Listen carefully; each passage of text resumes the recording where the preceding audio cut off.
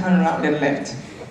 The man told us, I don't know what you are praying, how you are praying, but whatever you're doing, keep doing it. He said,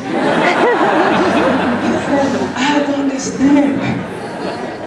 I don't understand why we didn't open that door.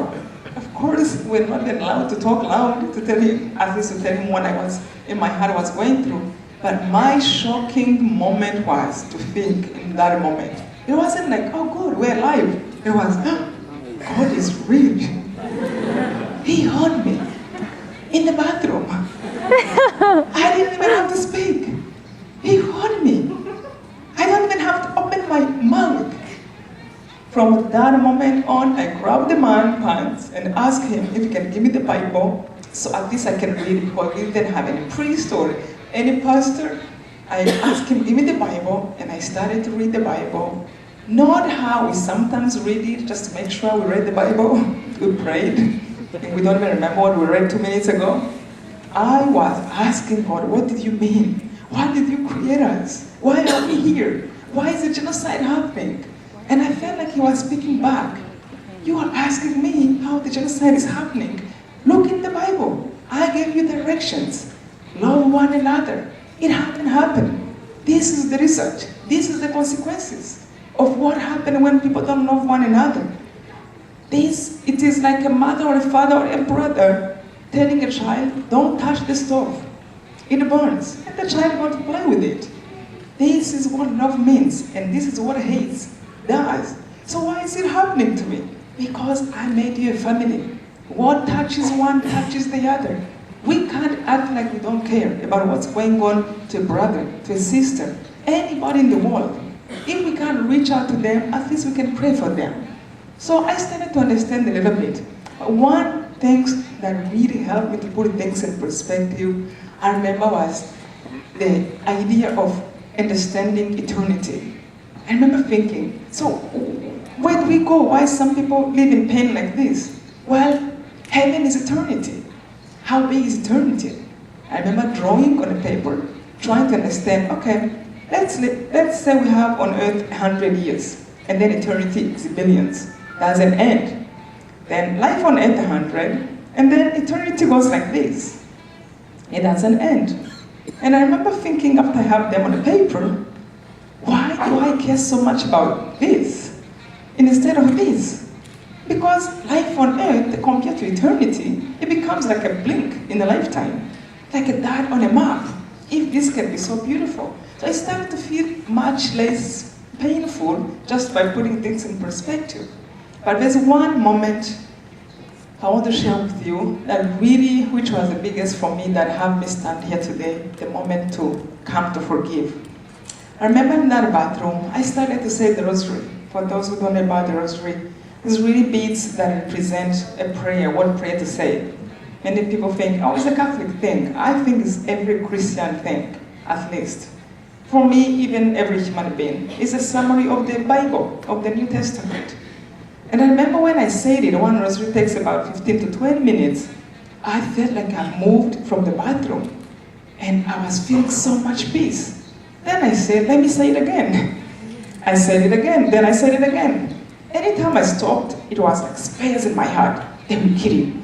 You are going to die. It's going to be bad. I'm like, okay, let me pray again. I prayed from morning until night. I remember counting how many rosaries I said. I said 27 rosaries from morning until night, until I can fall asleep. But anytime I reached that part of the prayer of the rosary, our Lord's Prayer, which I said about 200 times in a day, when I reached that part that says, forgive us our trespasses, as we forgive those who trespass against us, I couldn't go through that part. No wonder why they have lie detector. Anytime I reached about that part, I felt like something was telling me, you are lying to God. You haven't forgiven them. But I thought, but God understands me. I hate them, and He knows He's on my side. Why this is not feeling good? So I thought I was smart. I had a better idea. I started to skip that part of the prayer. So I don't have to lie to God. Because I needed Him. How do you lie to a friend and tell him, I will lie to you, but I need you? And they know you are lying to them. They will think you are crazy. Really? You lied to me and you want me to give you where God is really patient. So I thought, let me skip that part, then we are in good terms with God. I kept going through that, peacefully now, feeling good, until the moment came. I was really happy being ignorant, but the moment came when I felt like God, or maybe my guardian angel, something reminding me in my heart, nodding on my shoulder, something said, hey, I hope you know that our Lord's prayer is not man-made. It's Jesus himself who gave it, word per word. Look in the Bible, the one who believes he's your God, the one who can't make a mistake, the one who knows the past and the future. Not that he wills a genocide, but he knows what can happen. If he gave those words, he knew what he was talking about. What do you tell him? That he didn't know a genocide can happen? Yeah, he does. What do you tell him? It was easy to be ignorant. It was the first time in my life I understood the meaning of surrendering. I went on my knees, I put my hands up, and I begged God, if you know how to forgive, help me out. I don't know how to do it. I'm going to say a prayer, but when I reach there, just know I don't know how to forgive them. I will only say it out of obedience. I kept going through that prayer now, feeling much better that I declared myself weak. At least it is now in the hands of God, and saying it without removing the part until another time came. Be careful of what you pray for. Another moment came, I was praying, and it was a part of the Rosary again, fifth sorrowful mystery, when we think of Jesus on the cross. And I was meditating, thinking of what that meant, what that might have been for him to be there. And it felt really bad. His mother is there beneath the cross. He had the nails, they beat him. I mean, forget about how we see in the movies. Just take somebody who is beaten up and carrying the cross, and just with thorns and blood is falling all over. And I really wanted to see it clear. And I felt so bad for them. And I remember asking him a question and asking him, why did you choose this way? Why did you choose the way of the cross? Why couldn't you come like a king? And I felt like he was almost talking back. Because I love you. Because I wanted to show you an example of what this life can be. I can pour in misery and what people can do. And then I remember saying, well, you could have done it in 1 minute, or maybe in 1 day, living 33 years. Because also I wanted to give you an example of how to live this life. All the injustice I went through, did I hit back? Did I hate? Of course he didn't. And then I remember going through the part when he was dying and he said, forgive them, Father. They don't know what they do. What really broke my heart open, changed everything, was not the first part, forgive them. It was, they don't know what they do. I knew I was struggling with forgiveness, but how do you do it? They don't know what they do. And I remember paying attention. Wait a minute. He's God. Who kills God if you know he was God? Who has power over you? But how come they can't get it? Because there is hatred in the heart. They can't see with the eyes of the heart. And the eyes of the heart I only can see if there is love. And okay, I can understand.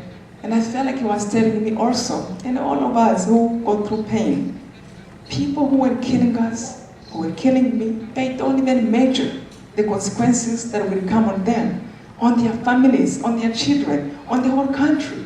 And I felt like Jesus was saying, if you hating them, it does not change one thing.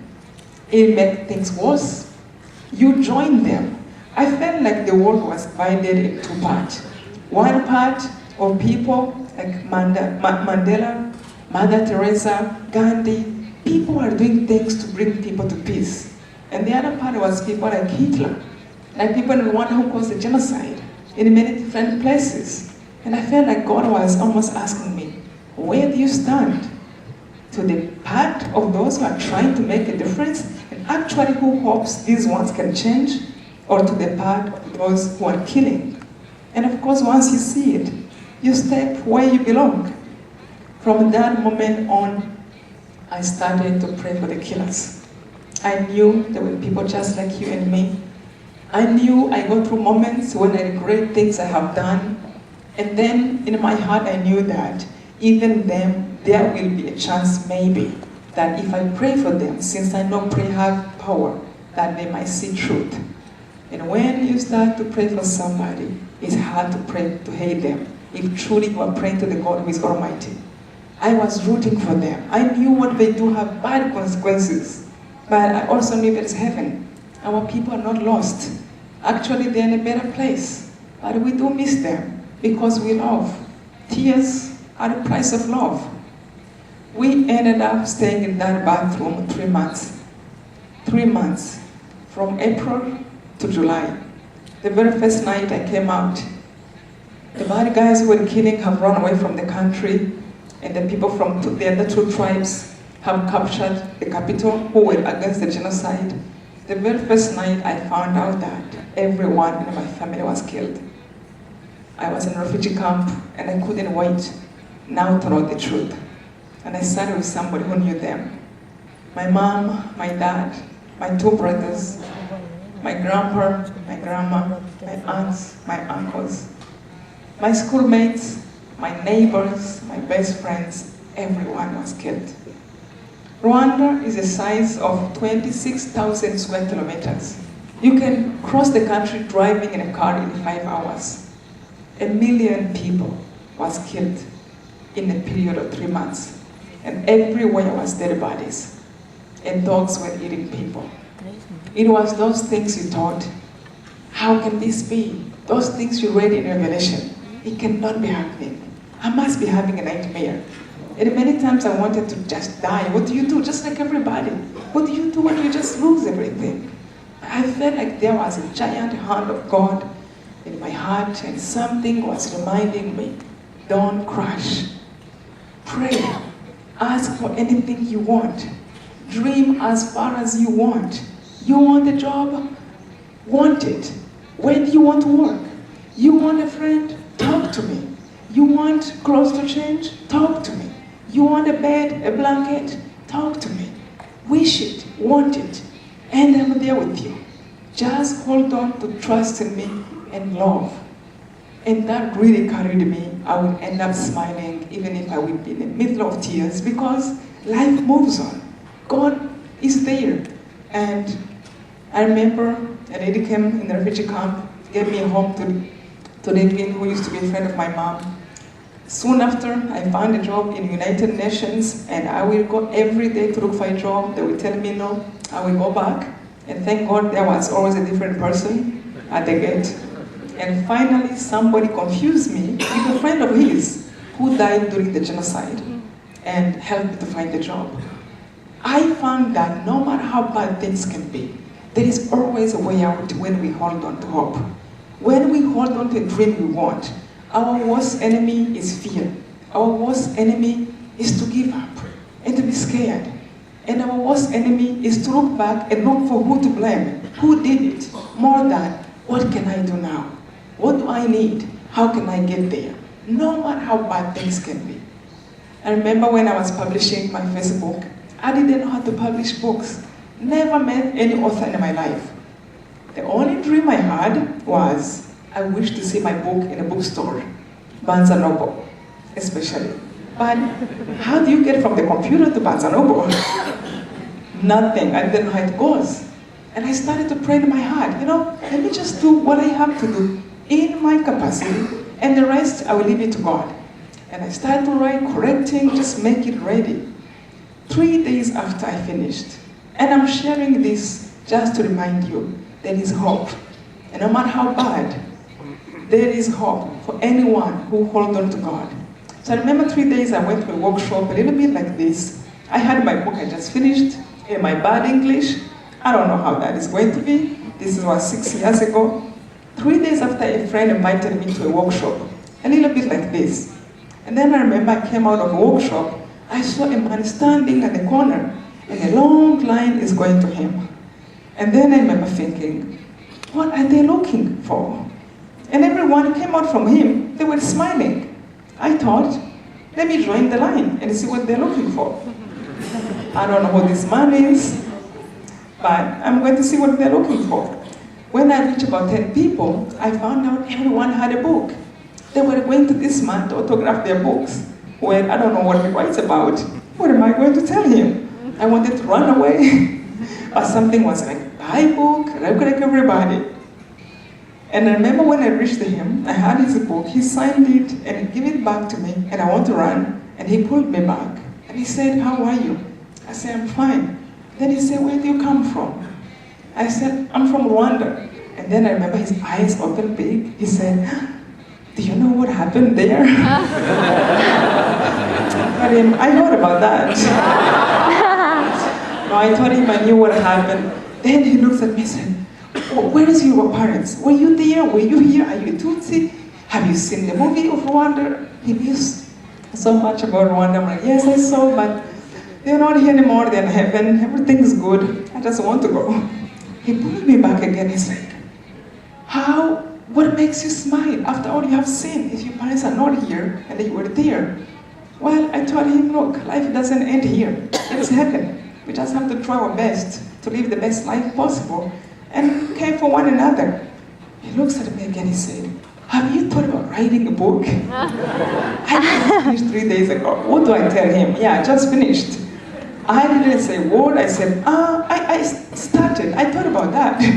I just was like, what is he going to think? If he knows that, maybe he would think that I came there with another plan.